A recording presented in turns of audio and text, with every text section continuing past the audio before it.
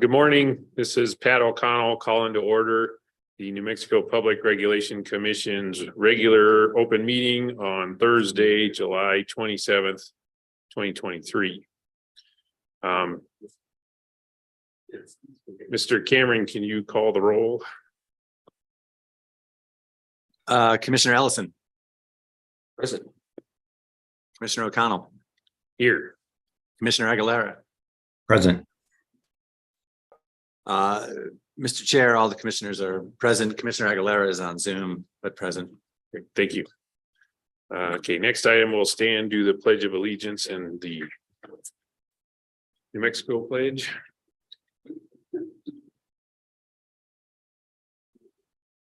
Pledge allegiance to the flag of the United States of America and to the republic for which it stands, one nation, under God, indivisible, with liberty and justice for all.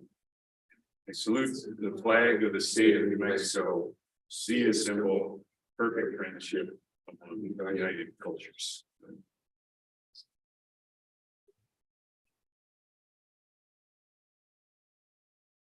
Okay, so next up is a consideration and approval of the agenda. I guess I got one suggestion based on the agenda that got posted, and that would be to remove for this meeting utility matter B1, so that's case 22-00141 UT. The rulemaking to amend the energy efficiency rule. Other than that, I would propose proceeding with the agenda as posted. Commissioners, do you have any other changes you'd like to see to the agenda?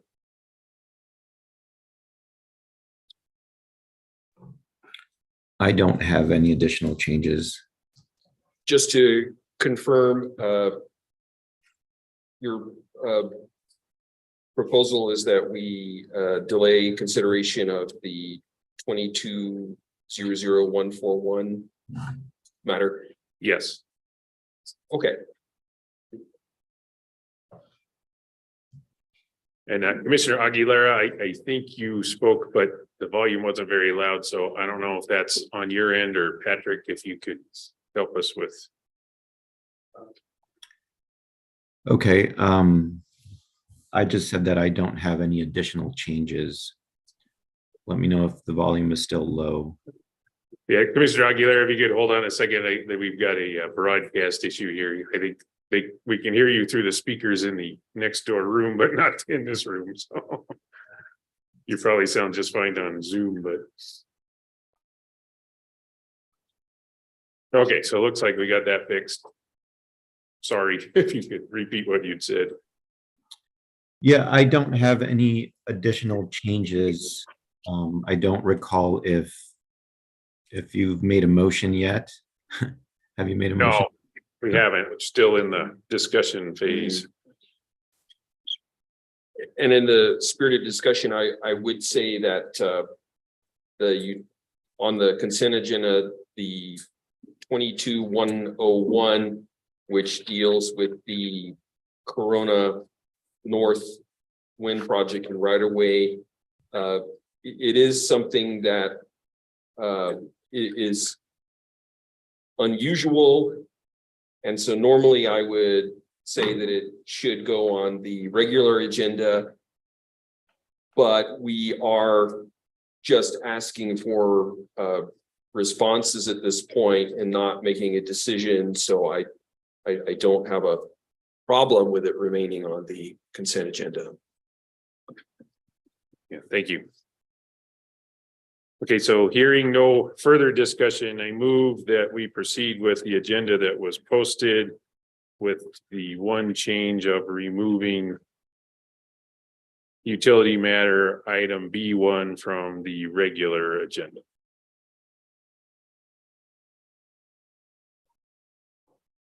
I second. Second. Could we take a roll call vote? Commissioner Ellison, Aye. Commissioner O'Connell, Aye. Commissioner Aguilera. Aye. The motion passes unanimously. Thank you. All right, next on the item agenda is public comment. I moved that up just because I tended to skip to that anyway at this point. So Patrick, do we have anyone registered for public comment? Mr. Chair, we do not have anyone signed up, and I'm not aware of anyone in the hearing room wishing to make comment. Thank you, Mr. Rodriguez. Is there anyone here that? Yeah. Okay, so seeing no public comment, we'll move on to announcements. So first up, Office of General Counsel. So Mr. Cameron. I don't have anything to announce today. Well, I do. So first, I'll read into the record a recitation from a meeting that we had last Thursday. So on July 20th, the commission met in closed executive session pursuant to the open meeting statute NMSA section 10-15-1H7 pertaining to meetings subject to attorney-client privilege regarding pending litigation. I affirm for the record that the matter discussed to the closed session was limited only to what was specified in the notice and agenda for that meeting, specifically the deliberation relating to Supreme Court Appeal Case Number S-1-SC-39440, also known as PRC Case Number 19-00018 UT, regarding PNM's abandonment of the San Juan Generating Station Units 1 and 4. I further affirm that no official or final actions were taken. So that's announcement number one. Next, I just want to highlight that there is going to be a public comment hearing in PNM's current rate case. It's scheduled for next Tuesday, August 1st. We're going to accept comments in person. So if you'd like to come and make a comment, it'll be at the New Mexico 811 Call Before You Dig, which is the actual name of the place. It's located at 1021 Eubank Boulevard Northeast in Albuquerque. The comment session will begin at 3 in the afternoon and run through 7 in the evening. So that's public's opportunity to provide comment on PNM's current rate case. Announcement number 2.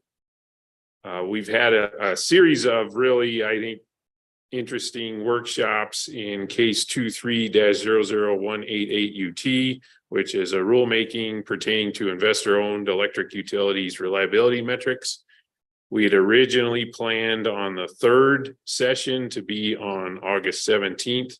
That's been rescheduled. So the 3rd workshop is going to be on Monday, August 21st at 1 p.m. And hybrid attendance is the attendance option. So we will be here in this room at the Bochum Building on Monday, August 21st, or you can participate online. So there will be links provided if you're interested in that. And then 3rd, just trying to highlight opportunities for the public to see what we're doing. You'll hear more about this in later in the agenda with a report from our chief of staff, but PRC is undergoing a strategic planning process. And so there will be several meetings related to that process that will be available on YouTube for people to watch. The 5 meetings have been scheduled for August 3rd, August 8th, August 23rd, August 31st, and September 27th from 9 to noon. So there, like I say, you'll hear more about that later in this meeting, and there will be information posted on where to watch on the YouTube channel.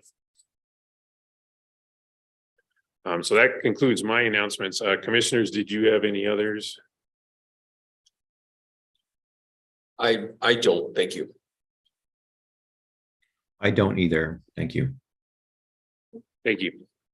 Okay, so we'll move on to the next item, which is approval of prior meeting minutes. In our board package, we have 2 minutes for 2 meetings, the July 6th special open meeting, and which was one of these workshops that I just talked about on the reliability metrics rulemaking, and the last open meeting, July 13th.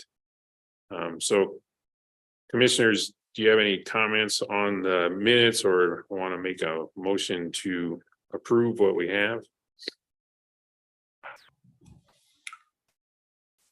I don't have any comments, and I move to approve the minutes for the July 6th special open meeting and July 13 regular open meeting. On the first, the July 6th, I think the representative from SPS was Casey Meeks, so there's just a small spelling error. Am I correct about that? It's MEEKS. Yes, thank you. So Okay. that's the only thing I noticed with the minutes. All right. Okay. So here, I was just going to amend my motion if needed to make that correction. thank you. That's what my brain was struggling to handle here, so. All right, so could you restate your new motion, Commissioner Aguilera? I move to approve the prior meeting minutes for the July 6th special open meeting as will be revised to correct one typo, and to approve the minutes for the July 13 regular open meeting. Yeah, I'll second that motion. Just because we're hybrid here, could you go ahead and call the roll? Commissioner Ellison, Aye. Commissioner O'Connell, Aye. Commissioner Aguilera. Aye. The motion passes unanimously, Mr. Chair. Thank you. Okay, we have several matters on the consent action agenda. I'm not going to reread them because they are printed on the agenda. We've had some discussion of the consent agenda already. Is there any other discussion of consent agenda? Commissioners?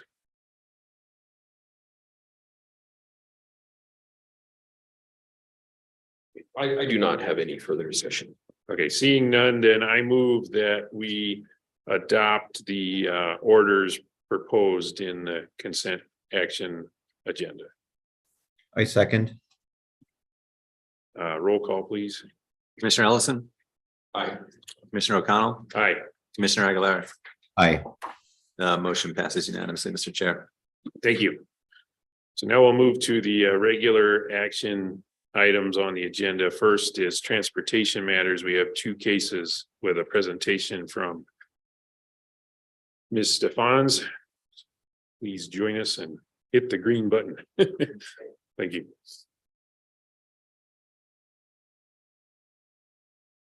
Good morning, Mr. Chair, Commissioners. So our first transportation matter is in the matter of the investigation of hooked up towing. And this is an order granting the authority and directing legal division staff to enforce the commission's order to present records. The commission issued an order to present records on June 14th of 2023. And staff filed a status update and recommendation letting us know that those records have not been provided to the commission and recommended that we suspend the operating authority of this motor carrier. The motor carrier grants the commission several options for enforcement of our orders. One of our options is to suspend the operating authority, and the second option is to enforce those orders in the Santa Fe District Court. And since the commission has not been able to assess the merits of the underlying complaint that caused the investigation, the commission decided that the latter option, the option of asking for enforcement in district court, would be appropriate. And I would stand for questions.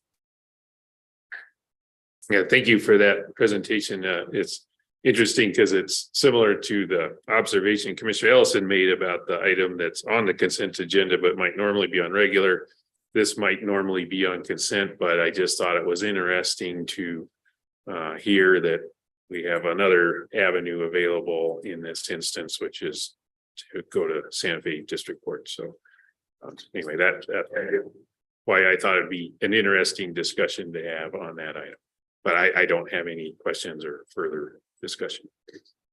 And I just wanted to say that I'm in support of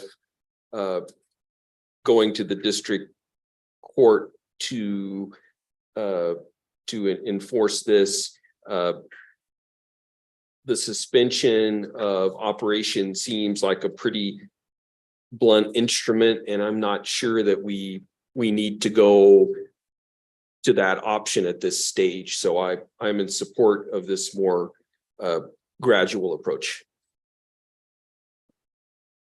Commissioner Aguilera, do you have any comments or discussion on this item? Nothing other than to say that I agree with the option, and I also appreciate the thoughtful memo that was provided by staff. Thank you. Thank you. Okay, so I will move to adopt the proposed order provided in this case. I second. Roll call, please. Commissioner Aguilera, Aye. Commissioner Ellison, Aye. Commissioner O'Connell. Aye. The motion passes unanimously. Okay, next item is also yours. American Transportation. That's right. And this is an order adopting the recommended decision with modifications. On July 7th, the hearing examiner issued a recommended decision that, amongst other things, allowed American Transportation to continue its operating authority under operating authority number 51925 in accordance with the commission rules. In the recommended decision, the hearing examiner expressed a concern about the company's business practices. So he conditioned the lifting of suspension upon the company's participation in further investigations. The hearing examiner recommended that staff do a 6-month audit of the company's business documents over the last 5 years. At the end of the audit period, staff would file a report of the violations and a recommendation on fines and penalties. And American Transportation did not file any exceptions to that recommendation. Staff took exception to the application of one of our rules, which allows the lifting of suspension upon finding that there isn't a concern for public safety. And staff took exception to the 6-month audit period, stating that a compliance audit could be done in a couple of days.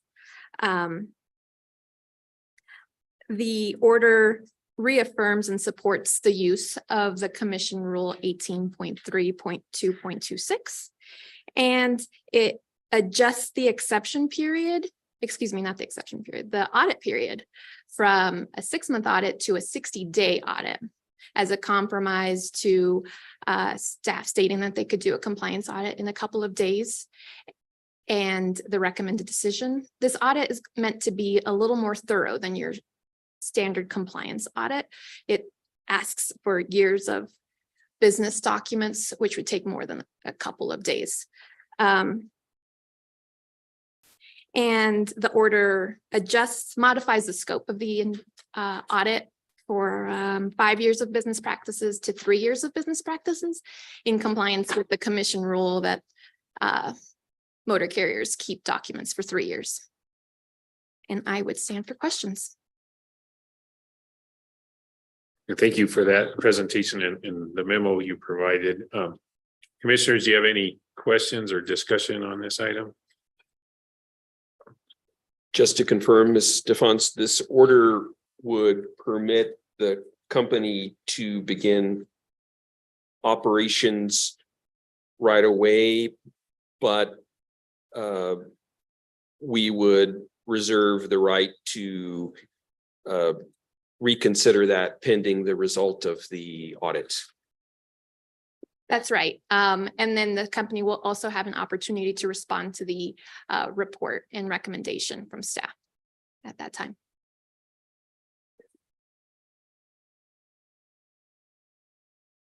And then just one comment I observed it seemed like it was hard to settle on the period of time required to do the audit. And to me, more important than the period of time required, it's ensuring that the hearing examiner gets the audit that the hearing examiner has asked for. So I think this order accomplishes that by setting a deadline and then allowing for more time if more time needs to be taken.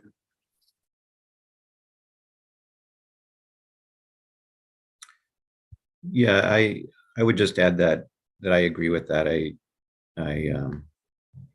You know, and coming down from the 6 months that was recommended in the recommended decision. The other thing I think we're trying to balance along with workload is that there's a consideration about public safety, and you know, we have had the hearing, which helps us support the recommended decision to, you know, allow this company to operate, but balancing that with completing a thorough audit and ensuring that public safety is not at risk. I agree with that. I think this is a balanced approach that we don't have the evidence at this point that I think justifies continuing to withhold their operating privileges. At the same time, you know, there are some concerns, and I think this is a reasonable way to address the concerns.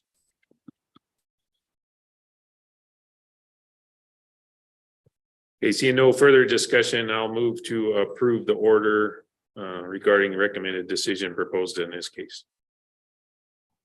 I second. Roll call, please. Commissioner Ellison, Aye. Commissioner Aguilera, Aye. Commissioner O'Connell. Aye, The motion passes unanimously, Mr. Chair. thank you. The next item is yours, Mr. Cameron. Thank you, Mr. Chair. This is a potential order on SPS's motion for rehearing. SPS requests the commission to reconsider its February recommended decision for 3 reasons, claiming that it was superseded by the uncontested comprehensive stipulation filed on March 31st, 2023, and the certification of stipulation filed on May 16th. They claim, SPS claims that the recommended decision was based on their originally proposed rate, that it includes findings of noncompliance that are unsupported and allows for potential consequences. And in the proposed order, staff, the recommendation is that the commission concur with staff that the certification of stipulation generally did supersede the recommended decision. However, there is some concern with whether, as ordered originally, SPS did confer as they were supposed to. And so this proposed order does not impose any of the penalties that had been suggested, but does put SPS and other utilities on notice that the commission expects adherence to the letter and spirit of its orders, and in the future, if necessary, may order penalties against utilities for failures to follow commission's orders, such as in order to confer.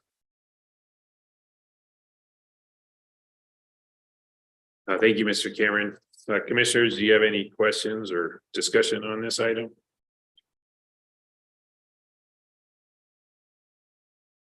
Yeah, I would just comment that I'm I'm in agreement with this particular order that, I do feel that the recommended decision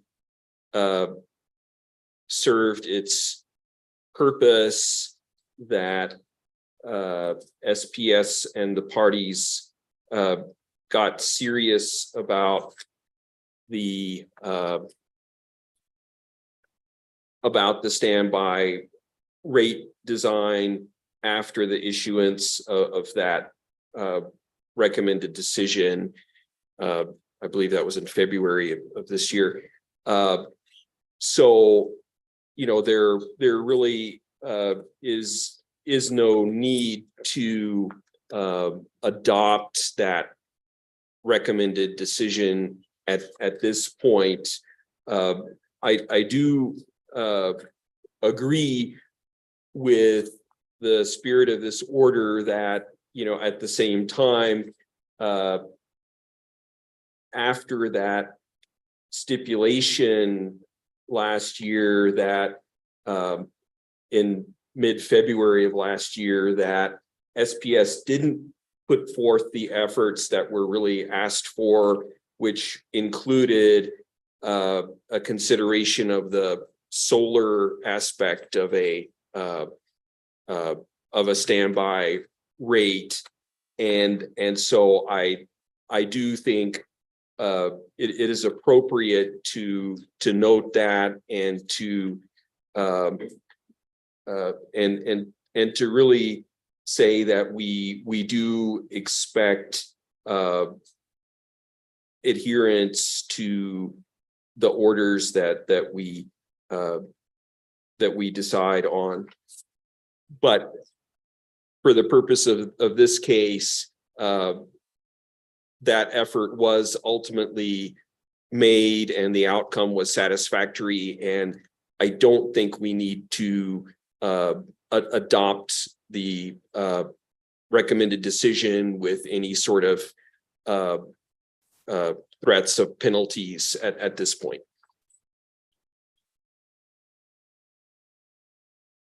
Commissioner Aguilera, do you have anything to add?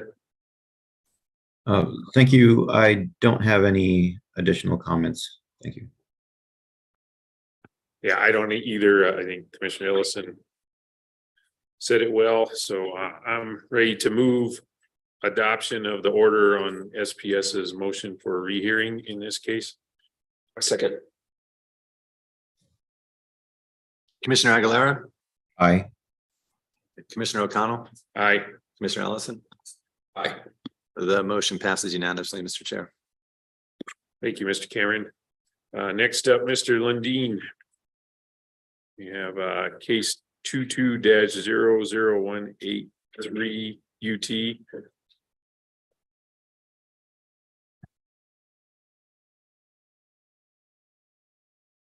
Morning, Commissioners. Morning. So this case is the formal complaint of HL Rally against Kit Carson Electric Cooperative. And I'm proposing to you today an order denying requested relief and an order to show cause. So this complaint was filed 2 years ago in July, or sorry, 1 year ago in July of 22. And it involves a controversy that occurred in December of 2020 and January and February of 2021. The complainant got a couple of large bills and was concerned about that, and had concerns that the complainant's meter may have been malfunctioning.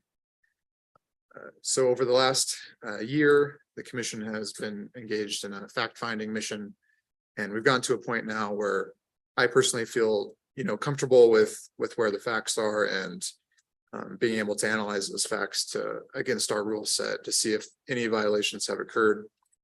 The complaint makes several allegations, however, one of which is important for our discussion today.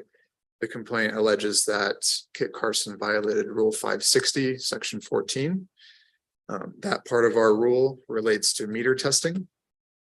And specifically, that rule gives customers certain rights.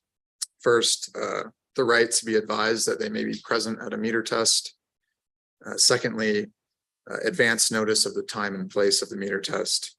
And third, complainant or customers are have the right to a report of the test results after it's completed. So this order analyzes those three aspects of the rule against the facts of the case. It does not find that any violations have occurred, but it does discuss three potential violations. The first one being the complainant may not have been advised of their right to be present at the test. The second being a lack of advance notice of the time and place of the test. And the third being the potential lack of reporting being provided to the complainant. So this order does a few things. First, it would deny the complainant's request for relief as being unreasonable and not, I guess, not in accord with the violation that may have occurred. So the complainant was requesting bill credits, but in my opinion and in my recommendation, a violation of Rule 560, Section 14 doesn't necessarily align with issuing bill credits to the customer. However, the commission does have statutory authority to levy penalties. So this order would also require Kit Carson to show cause why it should not be found in violation of Rule 560, Section 14, and why it should not be required to pay a minimum set penalty of $300 for the three potential violations. In the alternative, the order would allow Kit Carson to accept this predetermination as a final determination and issue payment for the penalty if it so chooses. Otherwise, it has 30 days to answer to show cause. The complaint would remain open to consider these further proceedings, and that is all it would do. So I would stand for questions on this case. Thank you for that, Mr. Lundin. Commissioners, do we have any questions or discussion?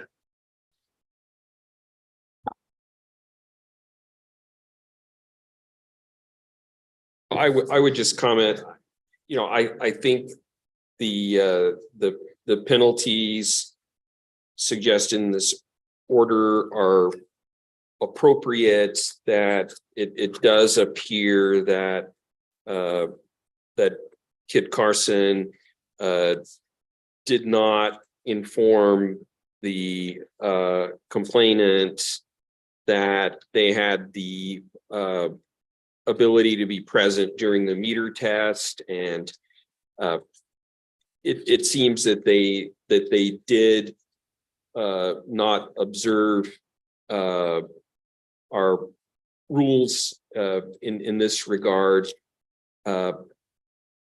I think it's very appropriate to assess a $300 penalty in this case, because the infractions were not large, but they were there. And if the utility had a more constructive approach with the complainants, then perhaps you wouldn't have had to follow this case for a year, Mr. Lundin, and spend a great deal of time. So I think it's appropriate. It's somewhat unsatisfactory that the complainant cannot receive these funds. The $300 would go into the New Mexico State General Fund, but I do think this is reasonable and within our authority to do.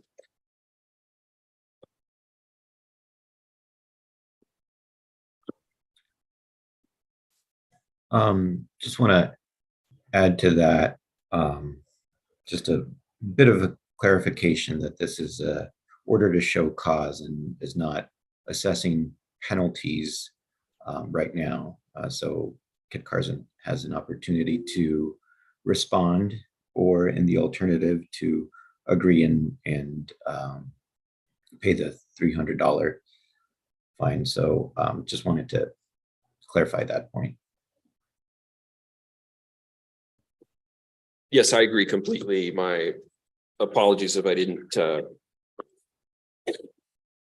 make that clear. I do think this also points to the fact that, we may want to consider mediation on some cases like this that, are very time consuming, and the result maybe, doesn't really make anyone happy. Through mediation, we may be able to produce a more satisfactory outcome in less time. And I think it's something that we ought to consider for the future. Yeah, I agree with that. I think it would be very helpful. In, as you noted, this situation could have been handled differently. I do think that there are other remedies that could be provided that would warrant not issuing a penalty. I think a mediator, as you're suggesting, maybe could have helped there and saved a lot of resources and improved the relationship between the utility and the member in this case. So I agree with you.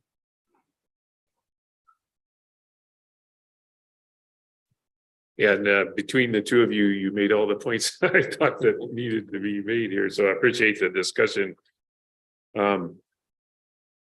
Is there any other discussion on this item? And I will move to adopt the proposed order denying relief and order to show cause. I second. Commissioner Ellison, Aye. Commissioner Aguilera, Aye. Commissioner O'Connell. Aye, The motion passes unanimously, Mr. Chair. thank you. Okay, next item is also yours, Mr. Lundin. It's sir. So this next matter is in case number 23-00119 UT. And it's the rulemaking to amend the commission's procedural rules 1.2.2 NMAC. Now this proposed initial order opening docket and initiating inquiry was originally presented at the July 13th open meeting. There was discussion amongst the commissioners regarding the language of paragraph 6 and 7 that had been proposed by Commissioner Ellison. In the last 2 weeks, I've worked with Commissioner Ellison and Judy on revising that language, and I think we're at a point now where everyone is happy with it. I hope so. So given that we've already discussed this case at a prior open meeting and private meetings, I don't think I need to say much more about it, but I will stand for questions if there are any. Yeah, I'd like to say I appreciate the collaboration that went into getting to what we have this week. I think it's more in spirit of where we're at in the process, which is just collecting information, and then also an idea of collecting information that will lead to scoping the notice of proposed rulemaking. Just another point I think is worth pointing out is this NOI doesn't define the scope of the NOPR that is to come.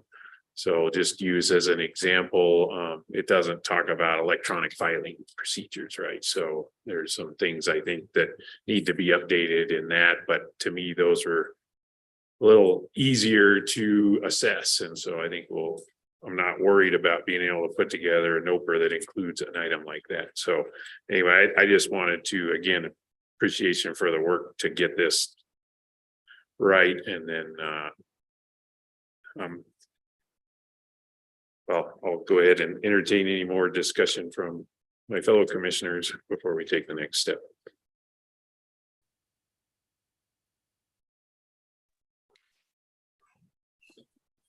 I might elaborate a little bit on the formal stipulations. I completely agree with the spirit of this, that, we're flagging it as an issue of interest that we want to collect more information on, and and consider altering the rules. I guess just to say a little bit about where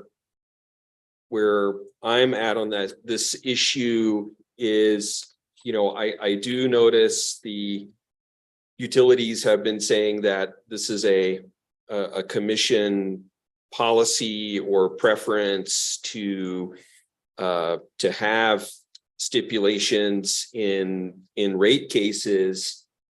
And from my perspective, I just question that premise, whether it should be something that we automatically favor.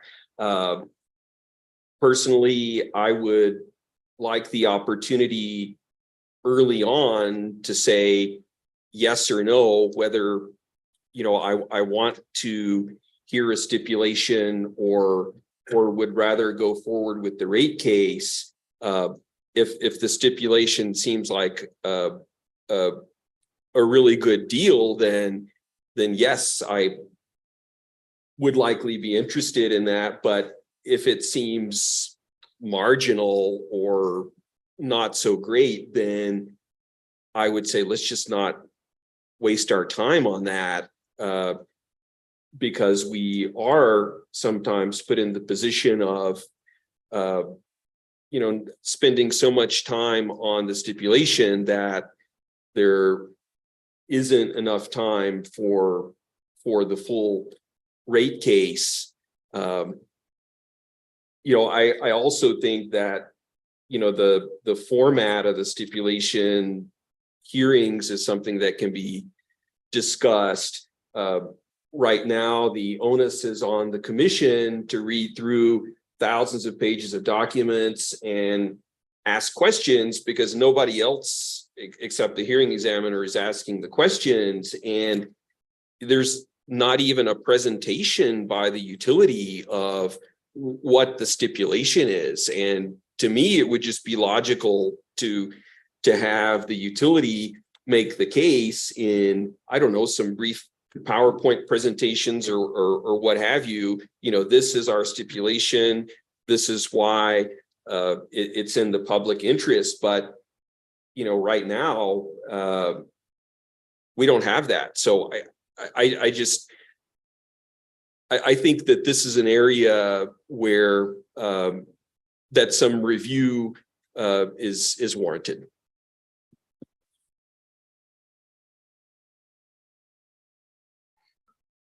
I appreciate those comments.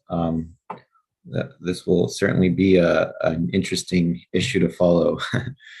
I definitely apologize. I have a dog with a squeaky toy. I don't know if you can hear it. But I, do see benefits to stipulations. I understand the concerns that you're raising, Commissioner Ellison. I look forward to reading what stakeholders and the utilities have to say about this issue. I do think one thing that could be improved is along the lines of what we were discussing earlier, which is to confer with stakeholders. It seems like there's not enough of that going on before a rate case is filed. And so I don't know, maybe that's something that could help, and it's certainly something that I would like to see.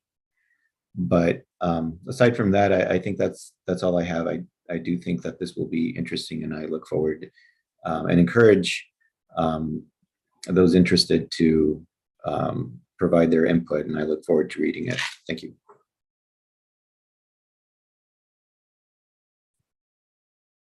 Yeah, thank you. I'll just echo that sentiment that I'm looking forward to see how this process rolls out, and happy that we're taking an important first step today.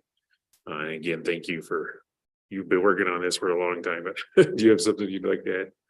Yeah, excuse me Chairman, for raising this on the fly, but I now realize that, since we tabled this for 2 weeks, we did not change the response deadline date, and I'm wondering if you all would like to maybe push that back by 2 weeks, or right now it's at September 1st, which is roughly a month, a little over a month. So if you think that's still a reasonable amount of time for these questions, we can keep it, or we can amend it here on the fly. Personally, I'd like to keep that date because we've got a lot of things moving.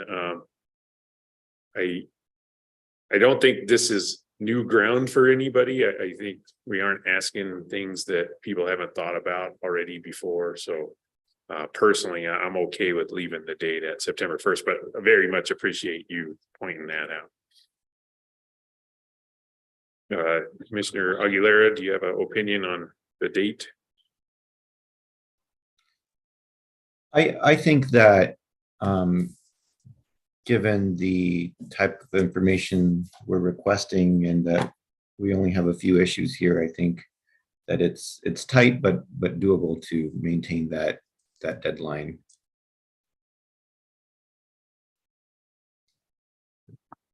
Yeah, I'm seeing agreement from Commissioner Ellison, so I'm going to go ahead and move that we approve the proposed initial order opening docket and initiating inquiry in case 23-00119 UT. Second. Commissioner Aguilera, Aye. Commissioner O'Connell, Aye. Commissioner Ellison. Aye. Mr. Chair, the motion passes unanimously. Yeah, my thanks to you, Mr. Lundin.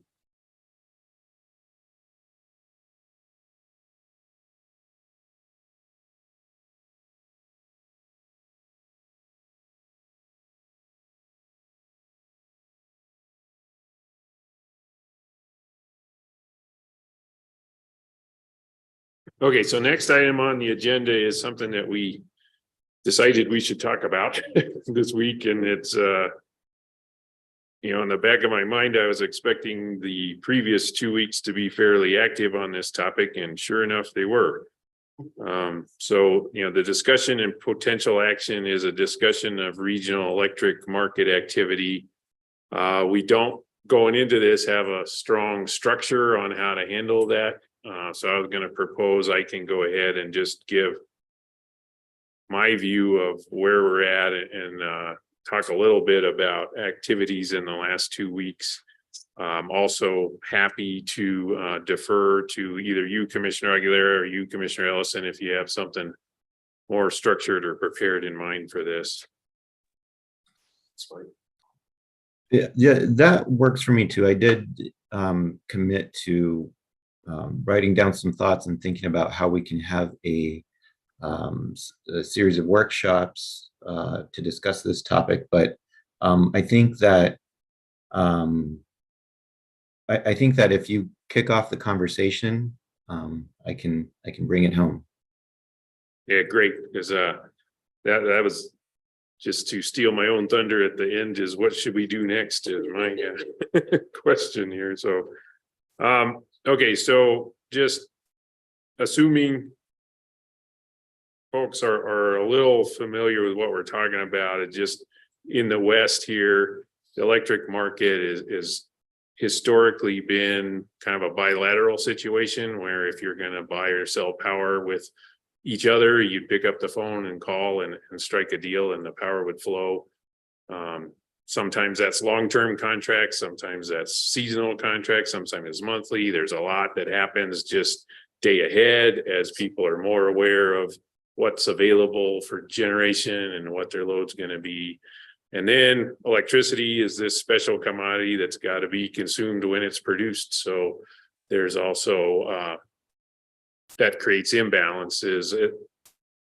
I mean, you'd never have the physical imbalance unless bad things are happening, but keeping the physical imbalance perfect creates contractual imbalance. So there's this just world between physics and contracting that is important. It affects the cost and reliability of the service that the electric utilities provide.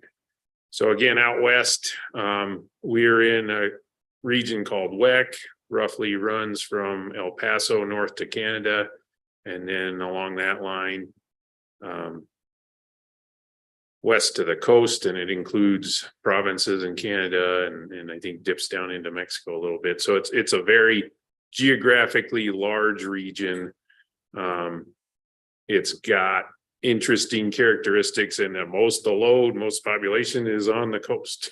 So it's not out here where we live. Historically, a lot of the generation has been in our part of the world. For example, coal plants in the Four Corners region, Palo Verde Nuclear Station in Arizona provide a lot of electricity that gets consumed, not just across that southern tier of states, but in the West. So that creates an apparent opportunity to, well, I won't say apparent because it's been studied quite a bit, and there is an opportunity for customers to have better reliability at lower cost if that market could be improved, if it could be, the term I use is more efficient. There's other terms that people use for that: regional transmission organization, independent system operator. These are all structures that exist, and they were created to do what I'm talking about: improve reliability and cost by improving the ability for utilities to coordinate resource supply and demand with each other contractually. So that's been going on for a long time. Things have been progressing slowly. One of the best examples of progress is the Western Energy Imbalance Market. That's a market that handles these contractual imbalances on the real-time power flow. That market's been slowly growing. El Paso Electric is one of the most recent entrants into that market. Both EPE and PNM are members, but it doesn't cover every balancing area in the West. There are other pockets that aren't members of Western Energy Imbalance Market. Moving forward, concept had been, well, California has a market. They have this EIM that's been popular. It's fairly well spread across the West. So can California help us take the next step? Next step roughly being, let's go from this small imbalance real-time market to a day-ahead market. Much more money involved in that idea. And that idea has been crashing against the rocks of governance questions. So far it's been proposed as a market that the folks managing the market, the board will be appointed by Governor of California. I mean, it's a little more complicated than that, but that's just the idea. And folks like us who aren't in California should be concerned by that. So we genuinely are. So that's been a barrier to, I think, more growth in the world of cheaper, more reliable that is on offer. Meanwhile, our neighbors to the east across that line I described from New Mexico to Canada is the Southwest Power Pool. And that is an organized market. It's a regional transmission organization. Excel and SPS, I should say, not Excel, SPS is a member of that regional transmission organization. They every year publish benefits of being a member of the RTO, and the benefits exceed the costs by quite a bit. So SPS saw that this idea that the West could have a better market was not progressing, was not stalling. They see that as a strategic opportunity for themselves, and they have a strategy to expand into the West. And so they've been working diligently and to improve, to offer customers out West the same services they provide in the Midwest. And there's been some progress on that. There will be a energy imbalance tool offered by SPS that I think I think you're more familiar with this than I am, Commissioner Aguilera, but this will start soon, and it will include some folks out West that aren't in the California EIM. So that's big picture. I was at the Sorry, I keep that one letter trips me up all the time. SPP and SPS are two different things, but SPP is the RTO. I was at their board meeting this week and saw a presentation on this Western expansion strategy. And the value on offer for an SPP driven regional transmission organization, I think has a deliverability problem. It assumes that power will be able to flow across this series of engineering marvels called DC interties that run through New Mexico to the north. Is it 7 or 9 of those? We have 2 in New Mexico. And so anyway, that's just the assumption. Hey, we can use these DC interties and create this bigger, more diverse footprint than a Western market that includes California and provide value that way. So this discussion might sound like it's mostly about EPE and PNM, but it is not, because SPS also owns the other side of those interties. So in order for SPP to realize their strategy and vision, you'll involve investments of these devices that we regulate utilities on both sides of those devices. And so that would be a question that would come before us. Is it prudent that these utilities invest in those devices? Because, does the cost or benefit, how does that pencil out? So we've got 2 ideas. California, a Western market that includes California. There's always been a governance issue with that. Collect some of the West, maybe not California or the West Coast states, not sure. But that's got a delivery issue. So how do we solve these 2 questions? So personally, where I'm at is I see a lot of stakeholders working very hard to try to achieve at least the next step of improvement, if not get all the way to the big improvement that's on offer. But in that working very hard, it's kind of like the wise men, blind men and the elephant. They'll see the piece that they've got their hands on, but not necessarily looking at the big picture.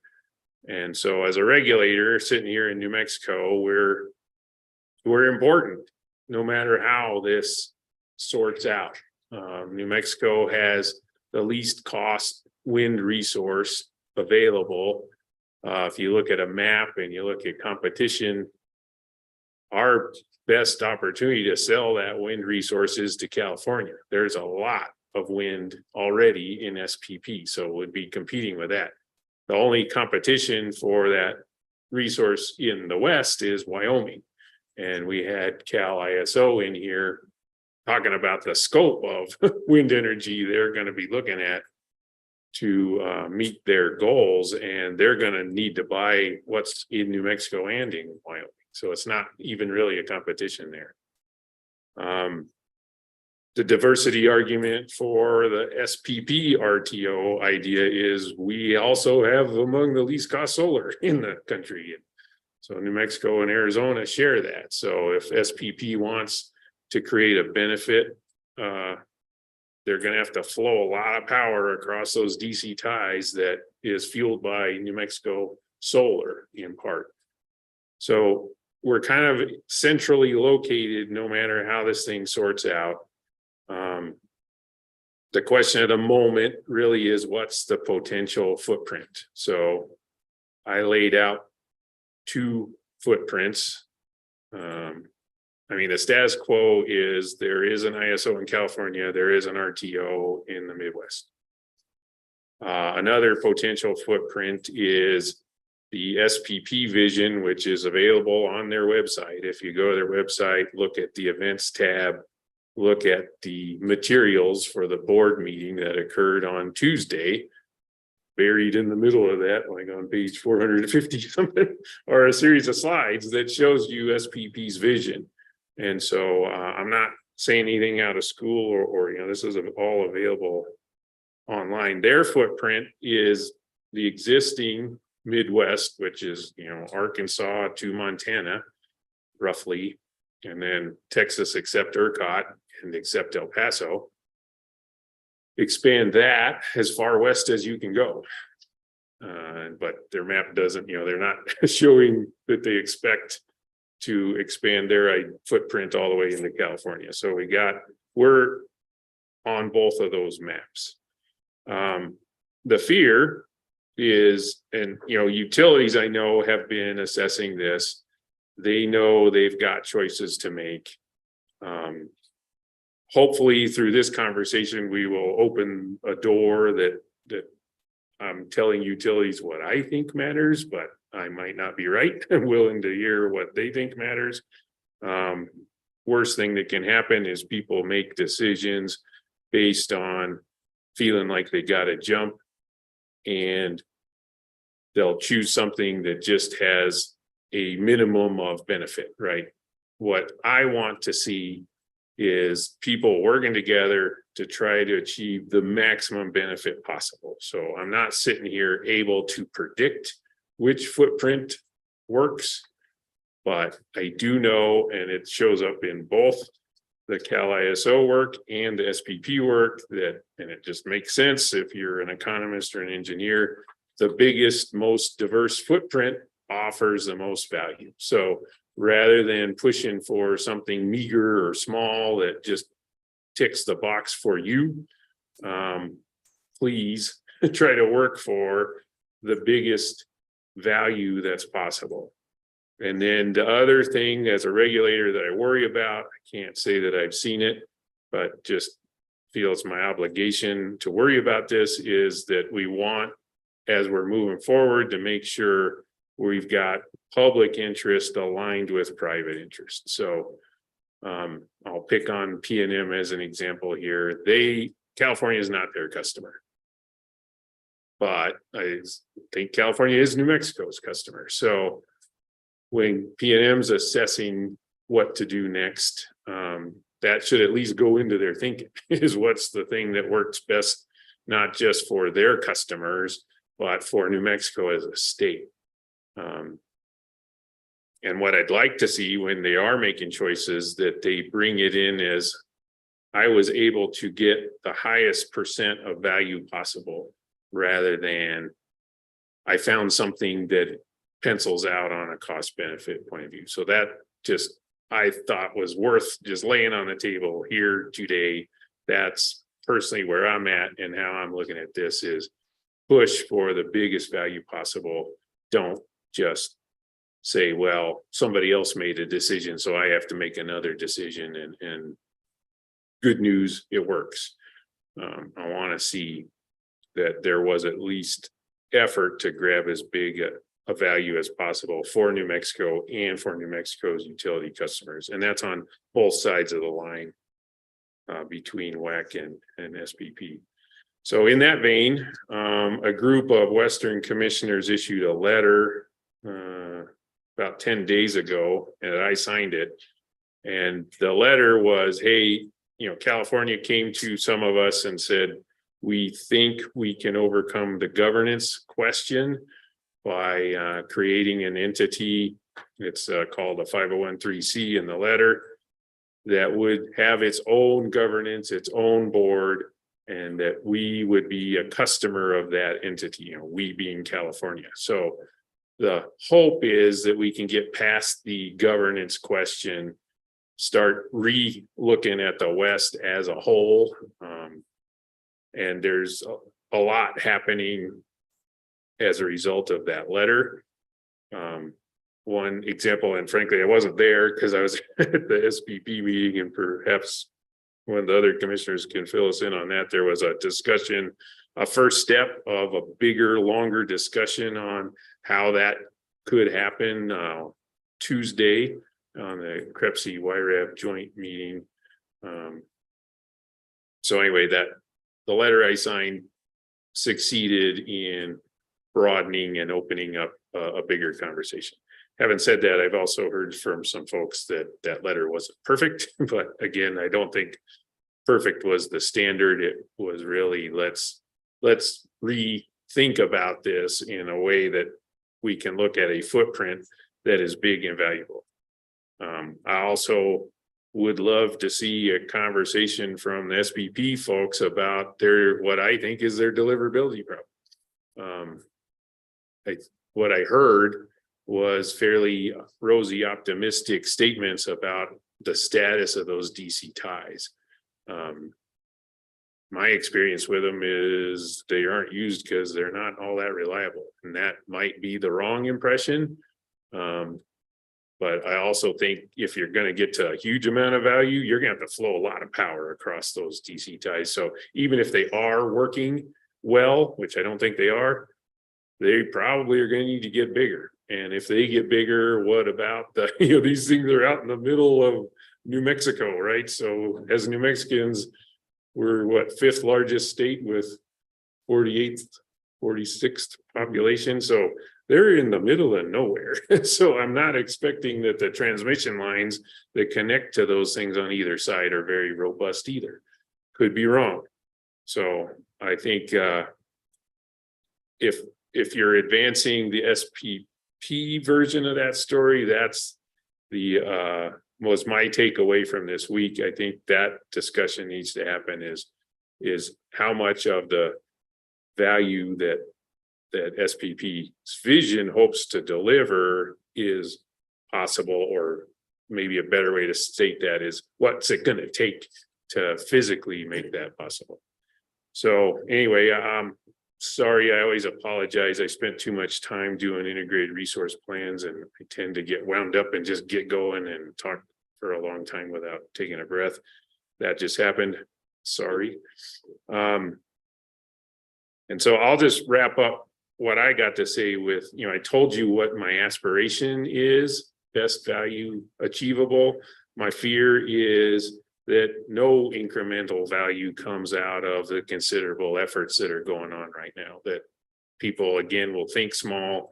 They'll just do things that make sense on a limited basis, and then that will create things that are hard to undo and may prevent over the long run achieving this value that we hope for. So again, apologize for the long-winded speech. I think I'll go ahead and turn it over to Commissioner Allison, because it sounded like you had a good wrap up ready there, Commissioner Aguilera. Great, thank you very much. I don't have a lot to say on this topic. I did just want to reiterate that over the past couple of weeks, there have been conversations among the public utility commissioners of the West discussing these issues. There was some debate about whether the commissions should be involved in this and whether it ought not to be just entirely left up to each utility to decide what they wanted to do. Certainly to the extent that utilities are requesting compensation in their rates for participation in the EIM or other markets, that becomes something that we need to be involved in, because we do review that for prudency, and certainly to the extent that these market decisions involve the public interest, I think we at a minimum need to be well informed and apprised of what the utilities are doing, and perhaps take a larger role in that. And I would just reiterate that, we have had this issue with SPP really making a lot of inroads and garnering a lot of interest for participation in a day ahead market, yet the assumption is that they would not be able to include California in that market. And then obviously the governance concerns around Cal ISO being in charge of that day ahead market. And the discussion has been, is there a third option where California could be involved and part of that market without those governance concerns? So, I do think things really seem to be heating up around this topic, and I think it's very timely. And I think I would be interested in hearing, especially what PNM and EPE are thinking in this area. Yeah, thank you, Commissioner Ellison. And also, I'm glad you brought that up because that's frankly been where I've spent a lot of time thinking the last last month as we're working through these ideas, is what is the role of a commissioner in all this? I was afraid our role would be at the end and trying to deal with something that didn't look suboptimal. And then what do we deal with that? So I decided it's worth it to at least share my framing. And again, that's not a prejudgment of how the chips are going to fall. In fact, I think they will fall due to things beyond my control. But I do want to let especially utilities know how I'm going to be looking at things like requests for investment or approvals, or one of the fears is that utilities will leave the Western EIM to join the SPP product. And that might be a good deal, but you're gonna have to explain why you're stranding all the investment you made to join the EIM. So those are the kind of things I thought is worthy of a commissioner, just to, instead of wait for these applications to come in, to just say, hey, there's some things you want to think about while you're making your decisions. But so anyway, I'll turn it over to you, Commissioner Aguilera. Well, thank you both for your thoughts on this matter.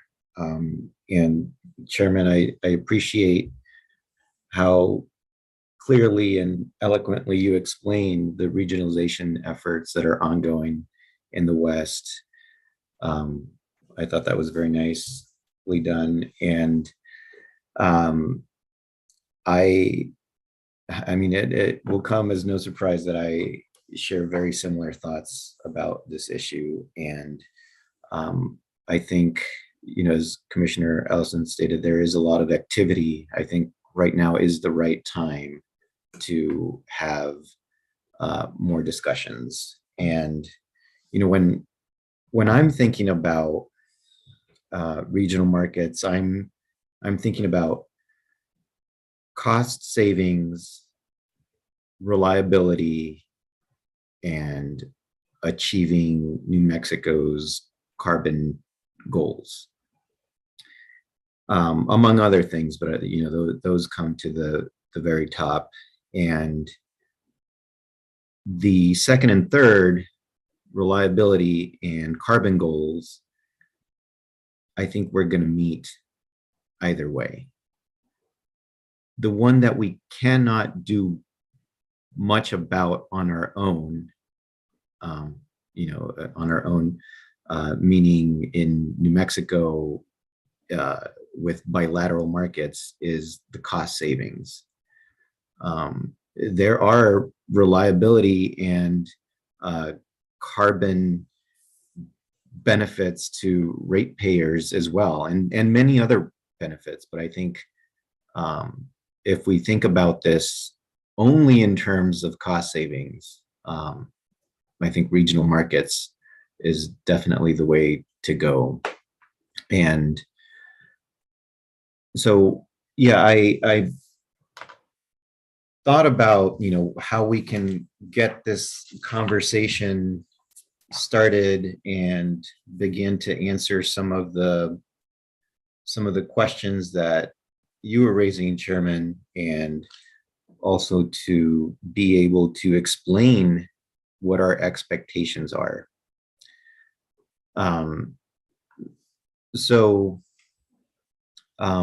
Yes, New Mexico ratepayers will benefit economically from regional markets that optimize the economic dispatch and maximize the grid and available generation. And I do think that we should support a regional day ahead market that optimizes economic dispatch. And we can do that by facilitating workshops to establish the guiding principles and expectations, not only that we will have, but that we should have, that ratepayers should have, that other stakeholders should have, that the utilities should have, from exploring and ultimately participating in the regional day ahead market, or even a full regional transmission organization. I think it's valuable to explore a full RTO as well. And so what I was thinking is that perhaps we could use the reliability workshops as a model. I think that would work well for this effort. And I think what we issued in that context was an initial order, opening docket, scheduling workshop, and requiring filing of responses to inquiries. I think things that we'll want to think about is, like how we can collaborate to achieve the best outcome for New Mexicans, how we can engage participation in this conversation, what would be the outcome, like the end stage of the proceeding, and whether there should be an independent or external evaluator assessing the emergent markets, and really clarify what key guidance principles we should employ and explain. I already have a lot of questions written down in terms of what we can ask, and if we were to issue that order opening docket, I envision that we could receive written responses and also request presentations. I will need to think about who we want to respond to these questions. I think, obviously the utilities, especially El Paso Electric and PNM. I think we would want to hear from SPS to see what lessons learned they can share. But I also think we want to hear from other stakeholders to see what public interest organizations, for example, what they're expecting. And so, so I'll just give you sort of a list of topics that my questions fall under, but the cost savings and benefits to ratepayers, greenhouse gas emissions accounting, transparency, independent market monitor, market transparency and performance, the seams, reliability, stakeholder engagement, integrated resource planning, cooperatives, transmission, independent generation, participation from them. So, I think I have questions too many to share here, but I think if it is agreeable to you, I can share these with you and we can work on the questions and, each be able to incorporate what we think is necessary, and that way we can start to set the expectations that we all have with day ahead or potentially full regional market.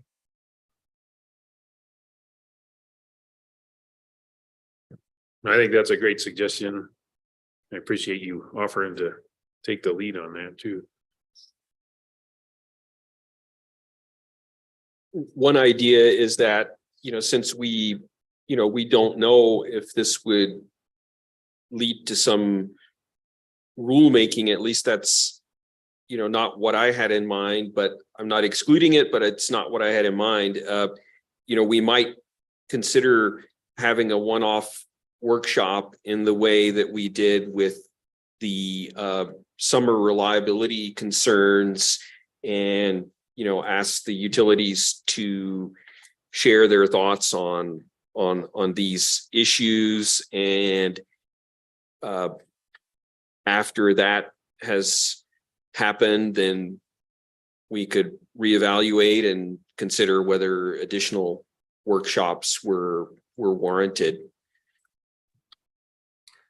Yeah, and to clarify, I was as part of the plan that I was explaining, I was not including opening a rulemaking. I think that's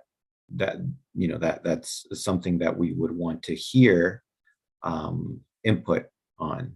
So yeah, I think for now I was thinking having workshop and asking questions and using the information that we receive to determine any next steps, if any at all. But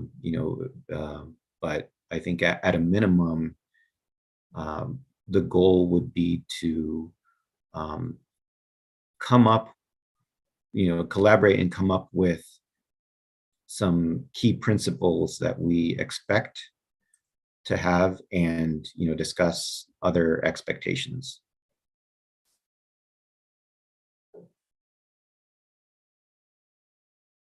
Yeah, thanks for that. I'm just listening to that conversation.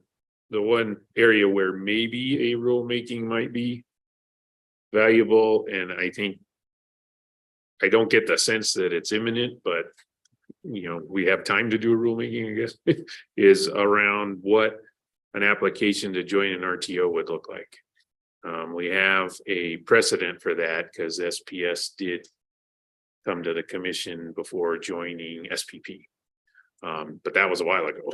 And it's a little bit different question, a little bit different situation. So do we want to shape up some rules around that to help potentially EPE and PNM in their decision making? But I like how you described that, Commissioner Aguilera, as you just heard O'Connell's view of the world. I would love to hear other people's view, and so I can improve mine. So it sounds like that'd be the kind of broad strokes, the starting point, and you'll help us provide some structure by questions and key topics that we want to hear about. Okay, so I will circulate perhaps a draft, or work with our advisors to come up with a draft of a similar order as we use for the reliability workshops, and then you can add whatever questions you think are necessary. And I can, I'll talk to staff, but hopefully we can get something to you early next week. I think we have a good start already. That's great. So then just check, did our expectations met? I mean, did this conversation cover what you were hoping to cover when we set this up 2 weeks ago? Yeah, I think it's been very, very useful. Yeah, I do too.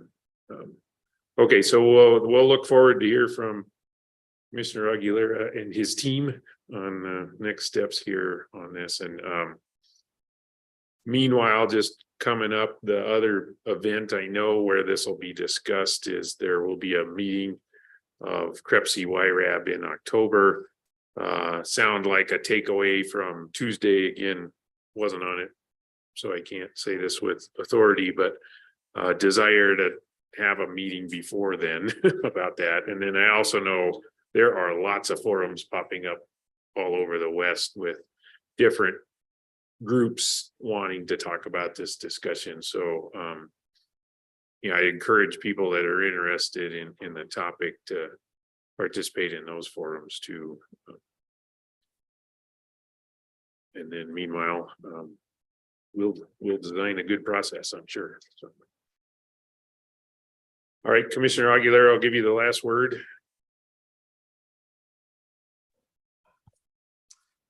I really hope that we could work together, with stakeholders and the utilities and come to an agreement about what is best for New Mexican ratepayers. So I very much look forward to getting this conversation started. Thank you. Okay. With that, I will move to communications with Chief of Staff. So, Ms. Corey.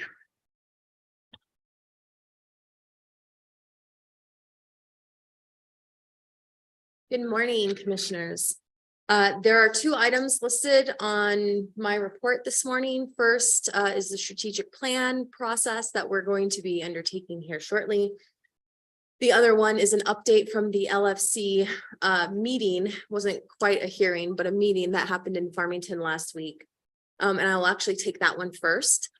So we were invited, voluntold to be on a panel along with New Mexico Environment Department, MNERD, in Energy, Minerals and Natural Resource Department, PNM, and the County of San Juan, discussing the future of energy in San Juan County.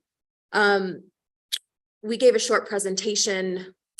I think I talked for maybe 7 minutes of the hour and a half that the panel was up there. The committee had no questions for the PRC, but the hallway feedback was that it was helpful, and they were glad to see the PRC participate. The focus of my comments were really at the proactive steps that the PRC is taking, the rulemakings that we're undertaking, not just that don't just affect San Juan, but also affect San Juan County, as the state as a whole. We anticipate, just looking forward in our engagement with the LFC in the future, there will be a hearing for us to present a budget, but that isn't scheduled yet and won't be until the late fall, most likely. I'm happy to answer questions about LFC or go through my whole report and then have questions.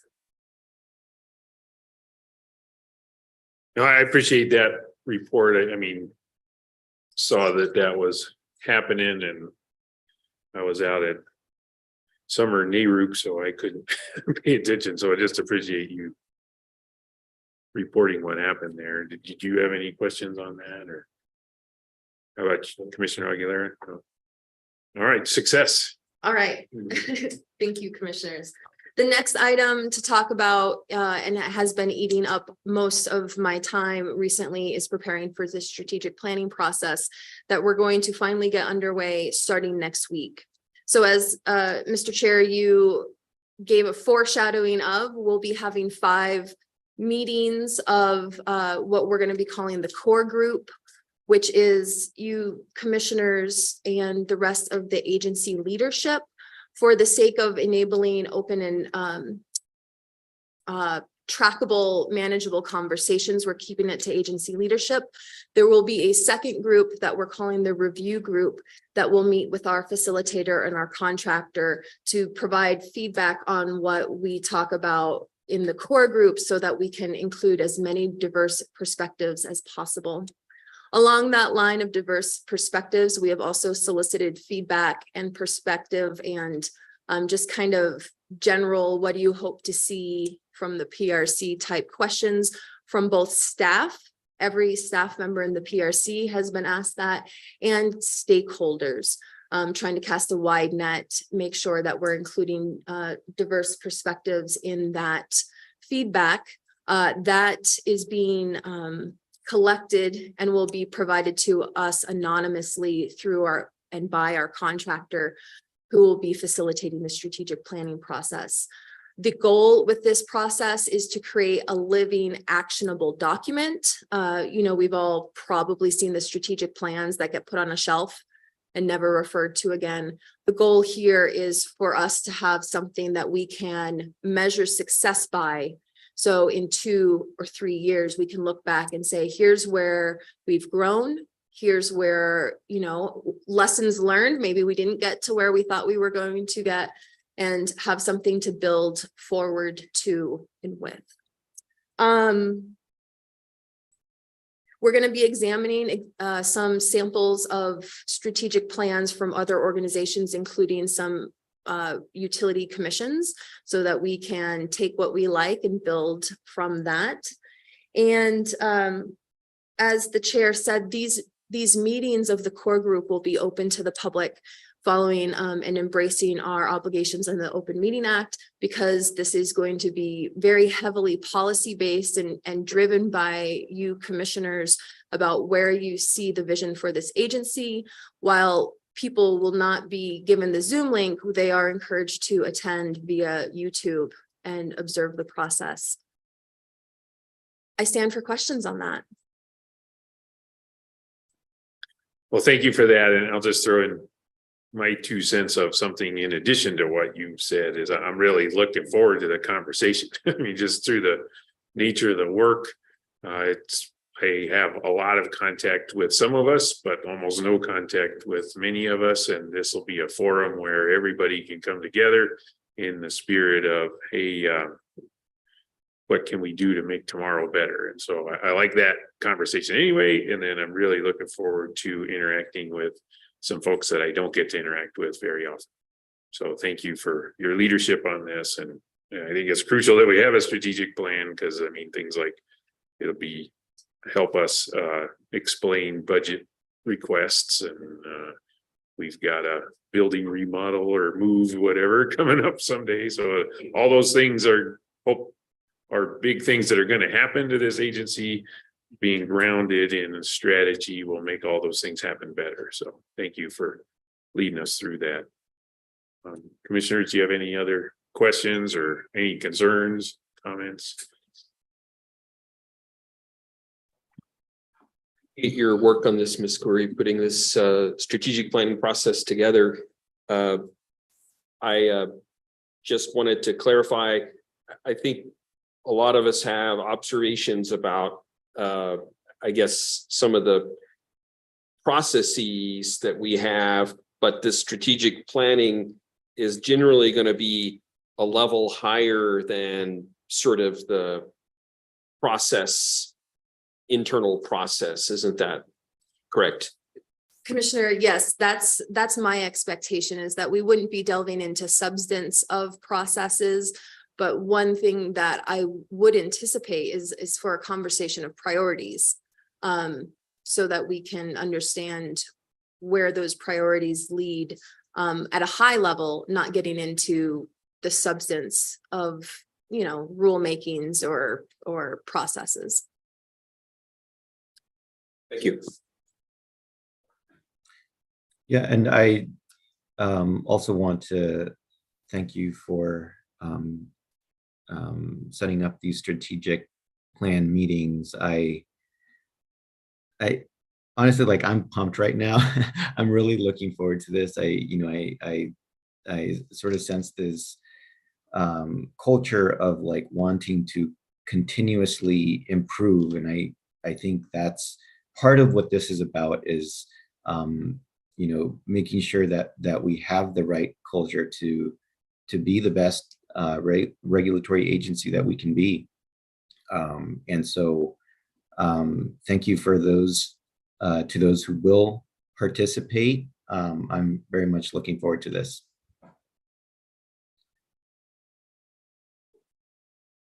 All right, and then if there are any other questions, I'm happy to take those about things that I didn't update on, but otherwise, that's it for me this week.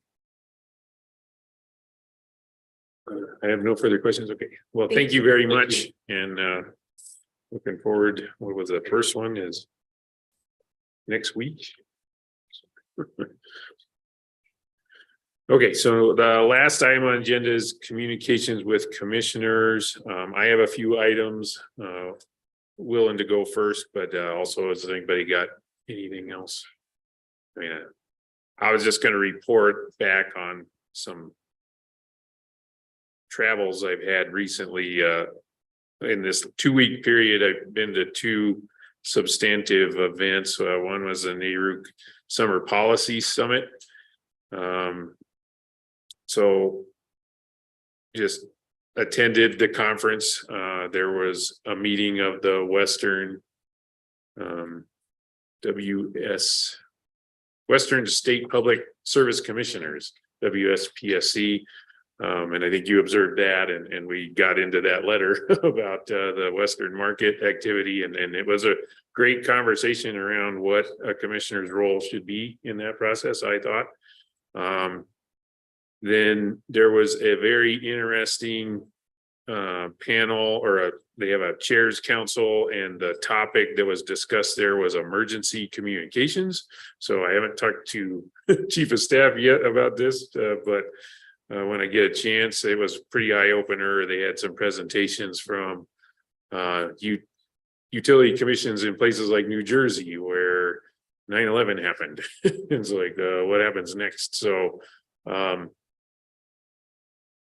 that's just something that in the transition from the previous commission to this commission that I hadn't thought much about. So it could be we're in better shape in terms of having a plan and phone numbers and all that kind of thing, but also could be that's something that we internally need to spend some time on. So that was, I thought, a very valuable awakening anyway. Also took a tour of a electric microgrid, just interesting situation going on in Central Texas. There's a grocery store chain that we don't have in New Mexico, HEB, and Texans think HEB is the community center. I didn't realize that it's not just a grocery store. It is where you live your life, but the HEBs have been hardened. They've got, some of them have power generation behind the store, that the economics of that works because deregulated market in Texas, so they arbitrage the electricity, but it also then becomes a way to keep that store online during events. So it's a place where the neighborhood can gather and get water and feed their pets and all the things that we saw last summer, especially in the fires. So anyway, that was one of my takeaways from that. Was it was fascinating to see the value that can be created by doing something similar, seemingly mundane, as hardening electric service to a grocery store. But so that was a valuable trip, and of course it happened in 105-degree heat. So if you want to be even hotter, stand next to a gas generator. But, yeah, so that was a lot of it. And then the final item is something I'll share with you, Commissioner Ellison. There's a effort to create a gas infrastructure planning task force. And it came up for me when I was attending the Energy Resources and Environment Committee. I think it'll come up for you when you interact with the gas committee. It's just a call for members to be on the task force.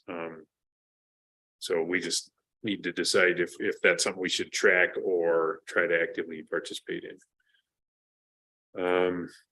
And then following that, went to the SPP Regional State Committee meeting this week. The RSC met on Monday, the SPP board met on Tuesday. New Mexico's representative on Regional State Committee.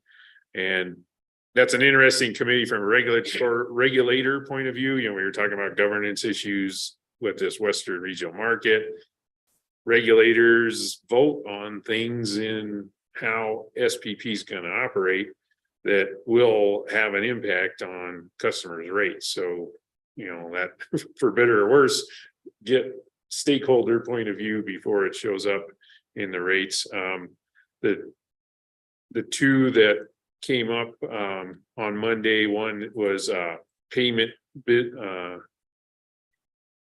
monetary payment if you've got transmission and it was congested, so you didn't get the value of your transmission. There's a big process to try to deal with that.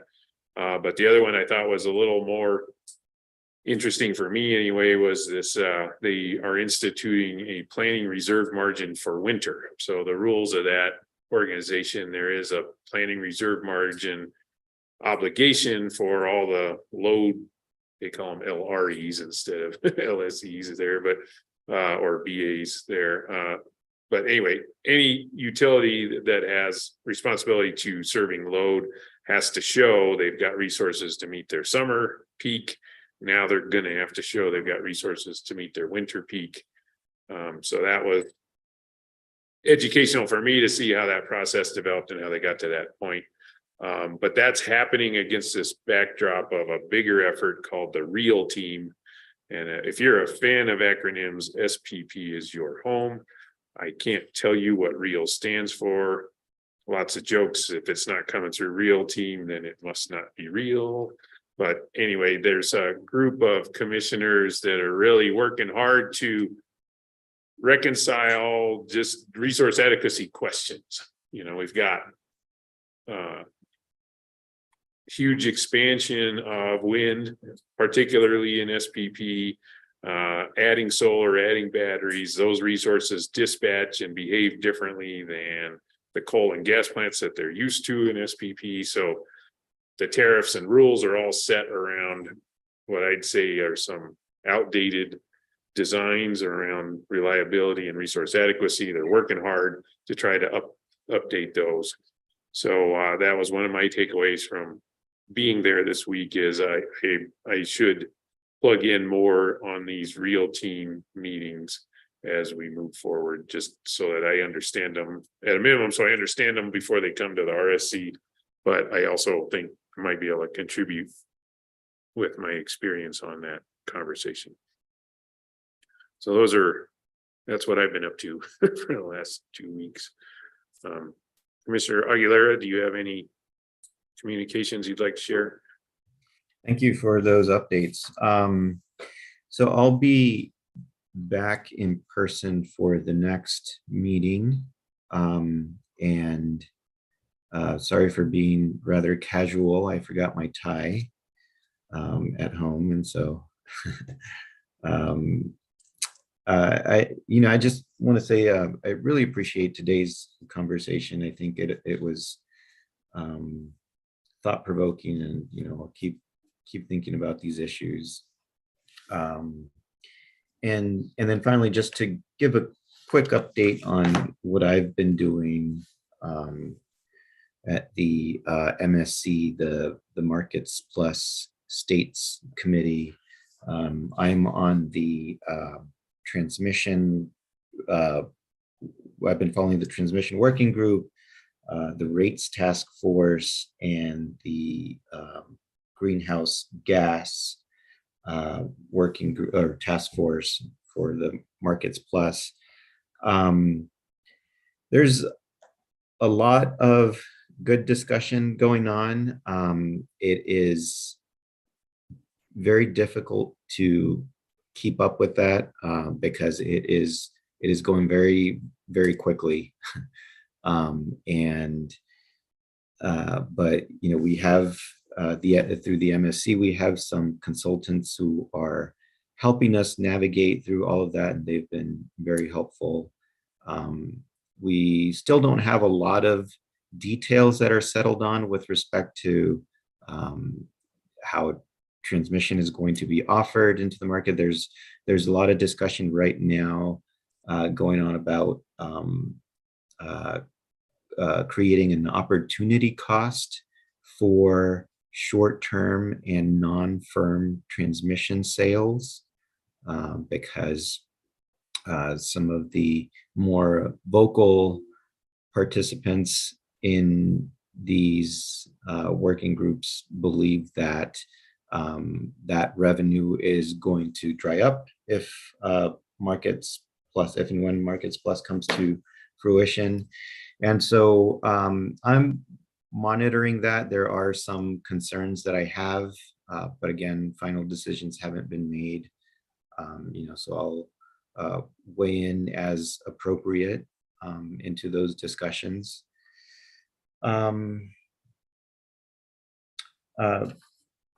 Unless you have any questions about those working groups that I've been involved in, I don't have anything additional.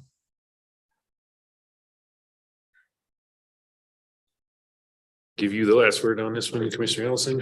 Thank you. I would reiterate what Commissioner Aguilera said. I appreciate our conversation today on the markets, and I think we should do that sort of thing more often. One thing I wanted to let you know about is that I am planning on issuing an informational bench request to New Mexico Gas, also around the winter storm Uri event. No complaint was ever filed at FERC, and it's my it's my opinion that more should be done in investigating that event. So I didn't want that to catch you by surprise that I'm planning on issuing that informational bench request. Also, I appreciate, Chair O'Connell, you're bringing up the YRAB meeting in October, and just for everyone's benefit, that YRAB is the Western Interconnection Resource Advisory Board. I think it is. There are too many acronyms. Anyway, their focus is on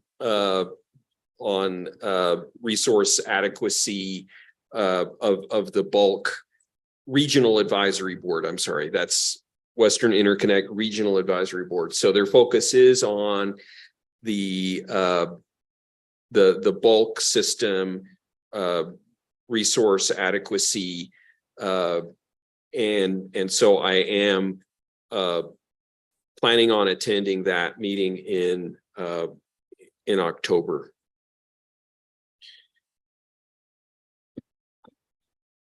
Yeah, good. I think hopefully Commissioner Aguilera can attend that also.